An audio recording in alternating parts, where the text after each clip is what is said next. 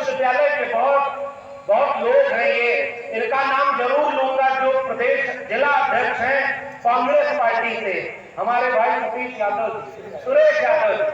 हम जब इलाहाबाद विश्वविद्यालय में विद्यार्थी थे तो उस समय के छात्र नेता थे सुरेश, और उस जमाने में पीपी मंडल की लड़ाई, सामाजिक न्याय की लड़ाई, और एक स्कूटर था, उस स्कूटर पर बैठ करके ये पूरा आंदोलन क्या करते थे, बताइए सुरेश जी।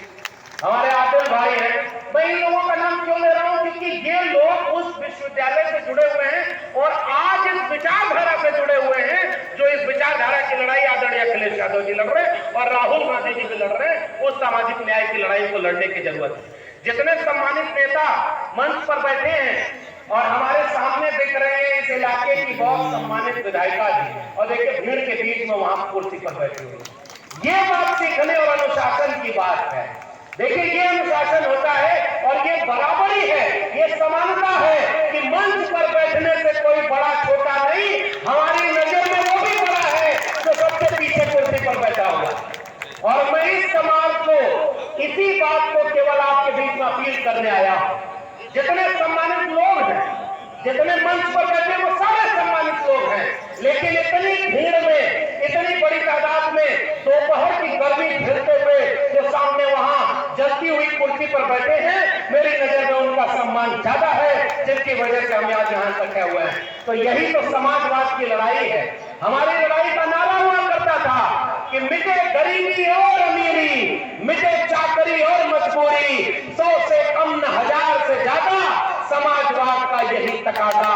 इसे बराबरी की लड़ाई लड़ने के लिए हम समाजवादी मोर्चे के साथ आए हैं। बहुत लंबी तकरीर करने की बजाय एक बात आपसे निवेदन करूं, जितने भी लोग हैं चुनाव लड़े होंगे या लड़वाए होंगे, एक बात जरा सोच कर देखिए, अगर 1 महीने चुनाव लड़ने का मौका मिले और एक प्रत्याशी को, जिनके इलाके में कितने गांव आते हैं, पूरे लोकसभा क्षेत्र में कितने गांव हैं आप बताइए, 2000 गांव है, और 2000 गांव अगर रोज 100 गांव भी घूमे तब भी 20 दिन से ज्यादा वक्त चाहिए कि इनको पूरा गांव घूमने, और एक एक मिनट इनका कीमती है। इस कार्यक्रम के लिए आदरणीय अमरनाथ सिंह मौर्य जी ने इतना समय दिया है, तो बताइए इस समय का हिसाब ये नहीं होगा कि एक एक वोट अब आपको उस गांव में जाके मांगना है जहां हमारे इंडिया गठबंधन के प्रत्याशी नहीं पहुंच पाए। बताइए मांगेंगे कि नहीं मांगेंगे? हर गांव में जाएंगे कि नहीं जाएंगे? अगर आप गांव नहीं जाएंगे तो इस कार्यक्रम का कोई मतलब नहीं निकलेगा।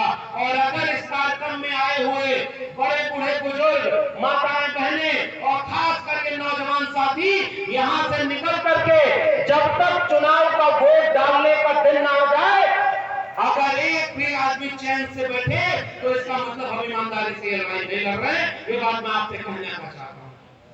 गांव हमें जानने की जरूरत है, और मैं आपको बताऊं कि लड़ाई कितनी बड़ी है।